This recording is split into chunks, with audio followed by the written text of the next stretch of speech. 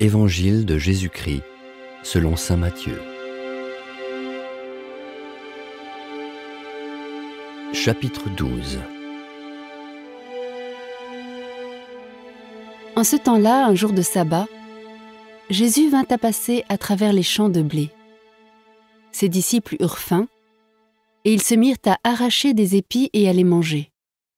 Voyant cela, les pharisiens lui dirent : « Voilà que tes disciples font ce qu'il n'est pas permis de faire le jour du sabbat. » Mais il leur dit : « N'avez-vous pas lu ce que fit David quand il eut faim, lui et ceux qui l'accompagnaient ?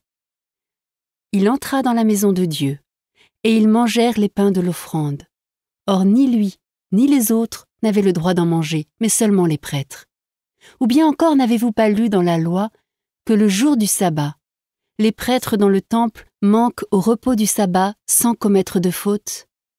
Or, je vous le dis, il y a ici plus grand que le temple. Si vous aviez compris ce que signifie « je veux la miséricorde », non le sacrifice, vous n'auriez pas condamné ceux qui n'ont pas commis de faute.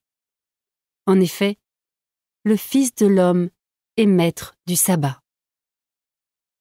Il partit de là et entra dans leur synagogue. Or, il s'y trouvait un homme qui avait une main atrophiée. Et l'on demanda à Jésus : « Est-il permis de faire une guérison le jour du sabbat ?» C'était afin de pouvoir l'accuser. Mais il leur dit : « Si l'un d'entre vous possède une seule brebis, et qu'elle tombe dans le trou le jour du sabbat, ne va-t-il pas la saisir pour la faire remonter ? Or, un homme vaut tellement plus qu'une brebis.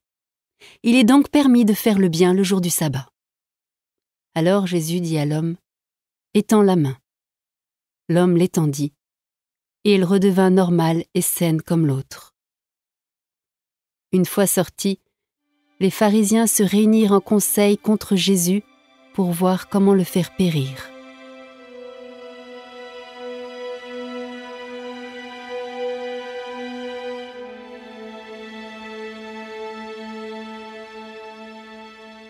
Jésus, l'ayant appris, se retira de là.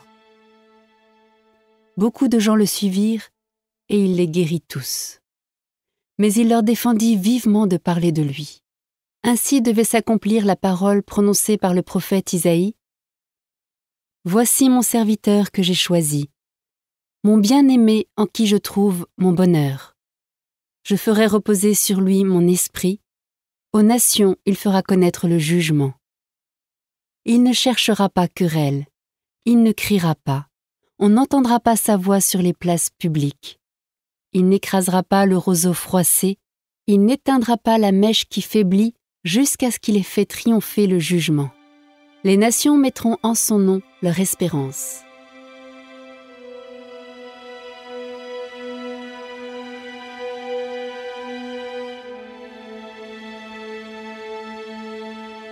Alors on lui présenta un possédé qui était aveugle et muet. Jésus le guérit, de sorte que le muet parlait et qu'il voyait. Toutes les foules étaient dans la stupéfaction et disaient : « Cet homme, ne serait-il pas le fils de David ?» En entendant cela, les pharisiens disaient : « Il n'expulse les démons que par Belzéboul, le chef des démons. » Connaissant leurs pensées, Jésus leur dit : « Tout royaume divisé contre lui-même devient un désert. Toute ville ou maison divisée contre elle-même sera incapable de tenir. Si Satan expulse Satan, c'est donc qu'il est divisé contre lui-même. Comment son royaume tiendra-t-il ? Et si c'est par Belzéboul que moi, j'expulse les démons, vos disciples, par qui les expulsent-ils ? C'est pourquoi ils seront eux-mêmes vos juges. Mais si c'est par l'Esprit de Dieu que moi, j'expulse les démons, c'est donc que le règne de Dieu est venu jusqu'à vous. Ou encore, comment quelqu'un peut-il entrer dans la maison de l'homme fort et piller ses biens sans avoir d'abord ligoté cet homme fort ? Alors seulement, il pillera sa maison. Celui qui n'est pas avec moi est contre moi. Celui qui ne rassemble pas avec moi disperse. C'est pourquoi je vous le dis. tout péché, tout blasphème sera pardonné aux hommes. Mais le blasphème contre l'Esprit ne sera pas pardonné. Et si quelqu'un dit une parole contre le Fils de l'homme, cela lui sera pardonné. Mais si quelqu'un parle contre l'Esprit Saint, cela ne lui sera pas pardonné, ni en ce monde-ci, ni dans le monde à venir. Prenez un bel arbre, son fruit sera beau.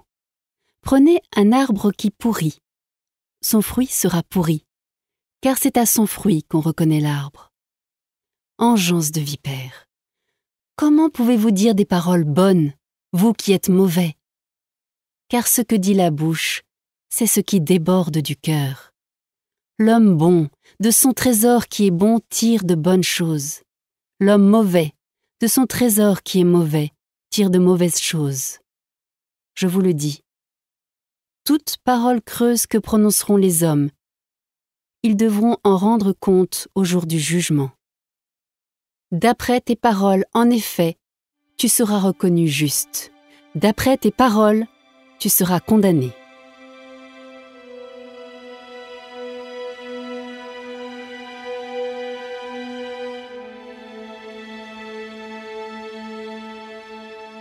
Quelques-uns des scribes et des pharisiens lui adressèrent la parole. « Maître, nous voudrions voir un signe venant de toi. » Il leur répondit. « Cette génération mauvaise et adultère réclame un signe, mais en fait de signe, il ne lui sera donné que le signe du prophète Jonas. En effet, comme Jonas est resté dans le ventre du monstre marin 3 jours et 3 nuits, le Fils de l'homme restera de même au cœur de la terre 3 jours et 3 nuits. Lors du jugement, les habitants de Ninive se lèveront en même temps que cette génération, et ils la condamneront. En effet, ils se sont convertis en réponse à la proclamation faite par Jonas, et il y a ici bien plus que Jonas. Lors du jugement, la reine de Saba se dressera en même temps que cette génération, et elle la condamnera. En effet, elle est venue des extrémités de la terre pour écouter la sagesse de Salomon, et il y a ici bien plus que Salomon.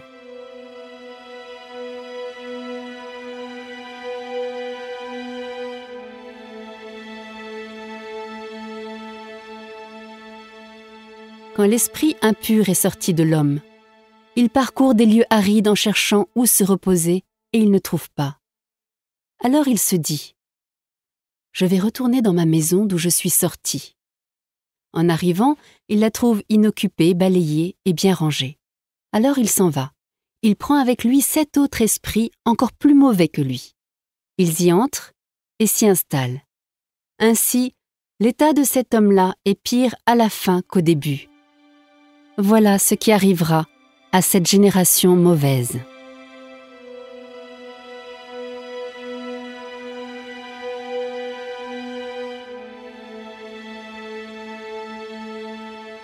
Comme Jésus parlait encore aux foules, voici que sa mère et ses frères se tenaient au dehors, cherchant à lui parler.